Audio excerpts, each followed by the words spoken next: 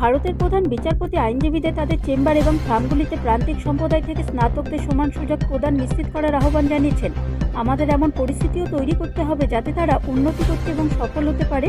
CGI আরও বলেন, পেশায় নারীদের সম্পর্কে সিজিআই বলেছেন, মাতৃকালীন ছুটি, সময়সীমার সীমাবদ্ধতা, অনুভূত প্রতিশ্রুতিবদ্ধ সমস্যা সম্পর্কে ধারণার কারণে আইনজীবীদের কি মহিলাদের নিয়োগের অনিচ্ছুক হওয়া উচিত?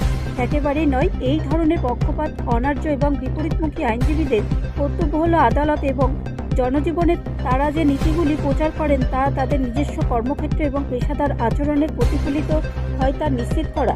আজ আইনে অনুষ্ঠিত 38তম লাউয়াশিয়া সম্মেলনে বৈচিত্র্য এবং অন্তর্ভুক্তি প্রচারের আইনজীবী এবং আদালতের ভূমিকা শীর্ষক মূল বক্তব্য প্রদান করে ভারতের প্রধান বিচারপতি উল্লেখ করেছেন যে আইনজীবীদের দায়িত্ব কেবল যে কোনো ক্ষেত্রে অনুকূল ফলাফল নিশ্চিত করার বাইরেও বিস্তৃত। উস্তিজ দাবাই তার উপরে 4 ব্যক্তির প্রভাবের কথা তুলে ধরেন, যা বিশেষভাবে গভীর ছিল। গৌতম বুদ্ধ, মহাত্মা গান্ধী এবং ভারতীয় সংবিধানের প্রধান বি.আর. আম্বেদকর এবং তার পিতা আর.এস. গাভাই।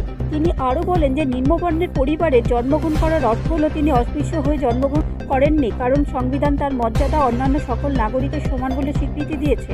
কেবল সুরক্ষাই নয়, সুযোগ, স্বাধীনতা এবং সামাজিক স্বীকৃতি প্রতিশ্রুতিও দিয়েছে। বর্ণভিত্তিক বৈষম্যের দ্বারস্থ নিষেধাজ্ঞা ছাড়া আমার যাত্রা আরও অনেক বড় বাধার সম্মুখীন হতো। এই সাংবিধানিক সুরক্ষার কারণে আমি শিক্ষা এবং আইনের কেরিয়ার গড়তে পেরেছি এবং শেষ পর্যন্ত একজন বিচারক হিসাবে দায়িত্ব পালন করতে পেরেছি। আমার নিজের জীবন সাম্যের রূপান্তরকারী শক্তি এবং আমাদের সংবিধানের অন্তর্ভুক্ত সামাজিক ন্যায় বিচারের প্রতিশ্রুতির প্রমাণ হিসাবে দাঁড়িয়ে আছে, যা প্রমাণ করে যে আইন যখন মর্যাদা রক্ষা করে তখন এটি একজন ব্যক্তির জীবনের গতিপথ পরিবর্তন করতে পারে। সিজিআই তুলে ধরেন। ব্যুরো রিপোর্ট, রাষ্ট্রীয় প্রসার বাংলা।